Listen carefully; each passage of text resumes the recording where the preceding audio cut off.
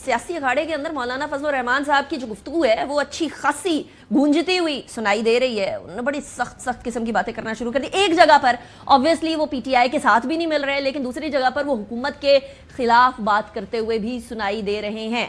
उन्होंने एक बयान दिया है, उस बयान के बाद बहुत सारे सवाल खड़े हो रहे हैं। वो सवाल क्या है उनकी बात करेंगे, लेकिन पहले जरा बयान सुने। एक ही जमात है जो एक ही बात कर रही है। 2018 के इलेक्शन में धांधली हुई, हमने कहा धांधली हुई। ये नहीं कि नून लीग मेरे दोस्त बन गई, पीपल पार्टी मेरे दोस्त बन गए, हमने मिलकर तहरीक चलाई। आज अगर उनकी हुकूमत आ गई तो अब मैं चुप हो जाऊं? नहीं, अगर यहाँ पर भी धांधली हुई है, मैं आज भी कहता हूँ धांधली हुई है और इसको तब्दील करना पड़ेगा, कुर्बानियां देकर करना पड़ेगा।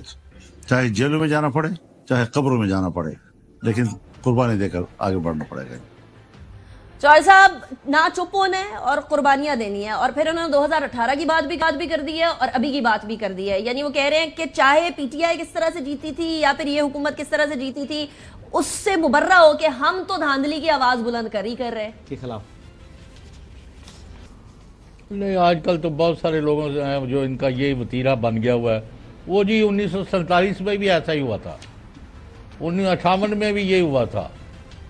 भाई छोड़ो, आज की बात करो। ये 8 फरवरी कल की बात है, इलेक्शन हुए हैं, उसके रिजल्ट्स में हुकूमतें बनी हैं। अगर धांधली हुई है तो दूध का दूध और पानी का पानी करें, अगर नहीं हुई तो अपने इनको चलने दे। और ये अदालतों में पेंडिंग है मैटर, और इसका जो भी है वो ट्रिब्यूनल वगैरह फैसले करेंगे, फिर ऊपर नीचे जो भी है।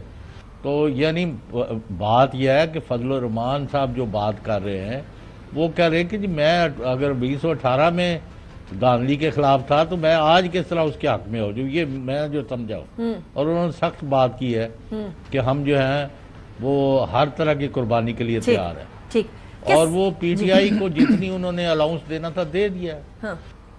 ठीक है। अच्छा हसन, ऑब्वियसली एक बात तो बड़ी वाज़ेह है ना कि उन्होंने अलाउंस एक तरफ पीटीआई को दी होगी, लेकिन दूसरी तरफ धांधली की बात अगर वो कर रहे हैं, वो पहले भी कर रहे थे। 30 सेकंड के अंदर आप मौलाना साहब के आगे वाला जो लाएमल है जिसके अंदर वो कह रहे हैं कुर्बानियां देनी पड़ी, तो कुर्बानियां देना तो बड़ी सख्त बात है। How do you see this? देखिए, मौलाना पाकिस्तान के सबसे जीरक तरीन सियासतदान है। अब उन्होंने जो उनका जो पर्पस है, ऑब्जेक्टिव है, वो पाकिस्तान तहरीक इंसाफ को अपने पीछे लगाएंगे।